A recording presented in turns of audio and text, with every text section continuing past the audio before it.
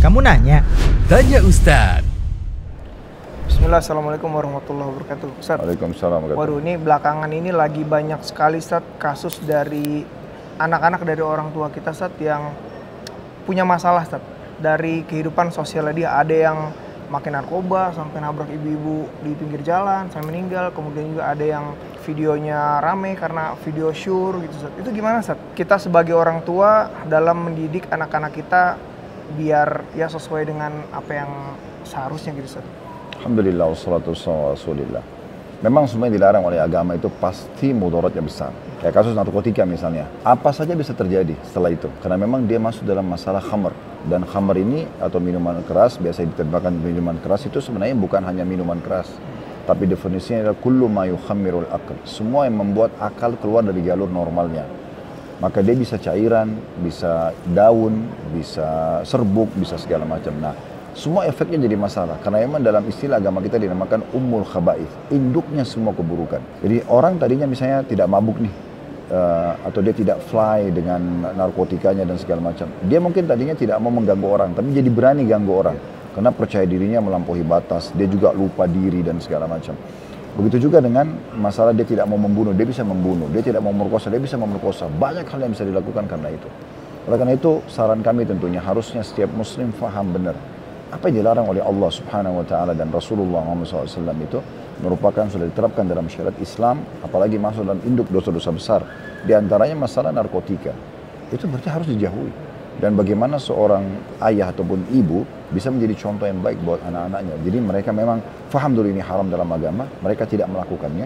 Kemudian nanti baru mereka bisa terapkan kepada anak-anak mereka. Nah ini poin penting sekali untuk difahami. Selain daripada itu memang secara peraturan pemerintah juga itu dianggap sebuah pelanggaran.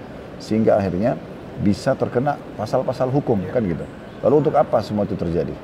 Nah ini perlu diperhatikan baik-baik. Tapi yang paling baik yang bisa menyentuh hati seseorang adalah hukum-hukum Allah Subhanahu wa Ta'ala. Jadi kalau kita jelaskan Allah berfirman, Rasulullah bersabda, maka itu akan jauh lebih menjaga tentunya. Jadi bagaimana figur ayah dan ibu itu harusnya mereka peduli dengan masalah agama Islam. Apalagi sebagai seorang muslim, dia pelajari semua apa yang diperintahkan, apa yang dilarang. Dan yang dilarang ini secara khusus yang merupakan dosa-dosa besar. Nah, secara umum dosa-dosa kecil. Jadi memang betul-betul harus dihindari. Masalah syirik kepada Allah Subhanahu wa Ta'ala, masalah zina, masalah durhaka sama orang tua, masalah mabuk, mengkonsumsi hal yang memabukkan, masalah riba. Induk-induk dosa besar ini semua harus betul-betul dipelajari dan dijadikan sebagai skala prioritas untuk dijauhi. Dia mulai dengan dirinya, kemudian anak-anak juga diterapkan masalah itu. Sisi yang lain, harusnya juga orang tua peduli dengan bagaimana membentuk lingkungan itu. Seperti misalnya dalam pemilihan sekolah pendidikan ya, yang pendidikannya itu harus diperhatikan. Sekarang orang tua masih banyak menomorduakan pesantren, padahal sebenarnya atau Islamic boarding school.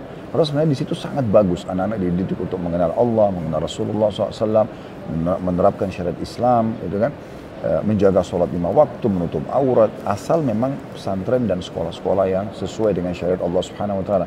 Karena cukup banyak juga yang menggunakan nama Islamic boarding school, tapi masih jauh dari agama. Nah ini faktor eksternal yang bisa membantu mereka. Karena memang dalam Islam harusnya orang tua itu dia merasa ini tanggung jawab yang besar dan dia berusaha untuk meluruskan, memilihkan anak-anaknya apapun yang berhubungan dengan kebutuhan mereka. Mulai dari hal yang kecil, memilihkan makanan, pakaian, perlengkapan dia, yang passionnya dia, sepatunya, segala macam itu dipilihkan. Jadi bukan anak-anak punya pilihan.